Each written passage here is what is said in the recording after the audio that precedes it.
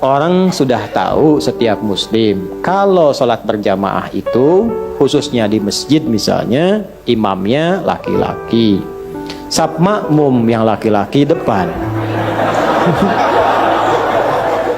Kenapa ketawa? Perempuan di belakang. Sebaik-baik safnya tuh di belakang, belakang pun ditata lagi. Udah ada bagiannya. Jadi kalau pengen saf pertama perempuan, di saf perempuan, di belakang laki-laki. Ya, itu yang sehat. Nah, dan itu yang benar. Karena yang ngajarkan Nabi. Kan nggak mungkin melampaui Nabi. Nabi kan yang nyuruh. Bukan cuma disampaikan, sampai dipraktekkan, diukur oleh Nabi. Digaris begini, diatur. Abu Bakar sini, Utsman sini, Umar sini, baris semua. Sampai masing-masing punya hobi. Ada yang pojok kanan, ada zaman Nabi itu. Ada pojok kanan, saf depan ada. Dan itu ditunggu oleh Nabi, karena Nabi tahu. Nabi tahu, itu ketahuannya saat meninggal. Karena Nabi komen, nungguin, mana si fulan yang biasanya pojok kanan ini? Dilihat nggak ada. Ditunggu itu. Karena sudah waktu mau habis, maka dilakukan sholat. Lalu dicari ke rumahnya. Jadi kisah nyata. Jadi kalau kita sambil belajar sirah, enak dapatnya. Begitu dicari, jauh juga rumahnya nih. Itu sahabat yang komen, kan Nabi biasa aja. Sahabat. Ya, Nabi biasa aja, Nabi kan Masya Allah itu kan biasa. Kadang-kadang begitu, gurunya biasa, muridnya yang komen kan. Nyampe ke rumah ketemu istrinya. Ya Rasulullah, ditunjukkan kan, istrinya datang keluar. Ya Rasulullah, si fulan meninggal, singkatnya demikian. Sehingga nggak bisa berangkat berjamaah. Masya Allah.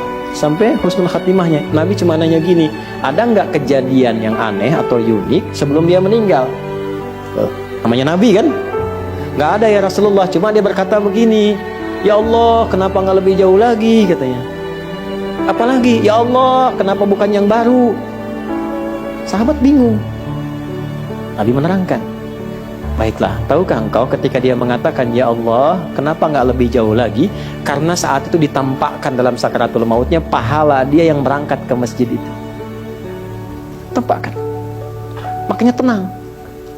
Nah, dampak dari situ dapat apa sampai surganya ditampakkan? Ditampakkan. Itulah panggilan yang membuat seseorang tenang saat sakaratul maut. Tenang, enak. Gitu. Ada yang sedang sholawat meninggal. Kemarin ke Rifki. Ada yang di Saudi sedang ceramah begini, menyebut la ilaha illallah, meninggal. Ada yang sedang sholat, tapi tenang, enak mereka itu. Kenapa? Karena ditampakkan kebaikannya dan sesuai kebiasaannya. Itu yang dimaksud Quran surah ke-89 ayat 27 sampai 30. Ya ayyatuhan nafsul mutmainnah. Kenapa mutmainnah? Irji'i ila rabbika radiyatan mardiyah. Kenapa radiyatan mardiyah? Fadkhuli fi wadkhuli jannati. Nah, jannati itu ditampakkan. Sehingga dampak dari kegiatan kita itu ditampakkan hasilnya. Senang kita. Dalam senang itulah diambil nyawanya. Sehingga itu yang dimaksudkan lembut, tak terasa, enak pulang. Pulang itu enak sebetulnya. Yang nggak enak pulang tuh yang nggak punya bekal.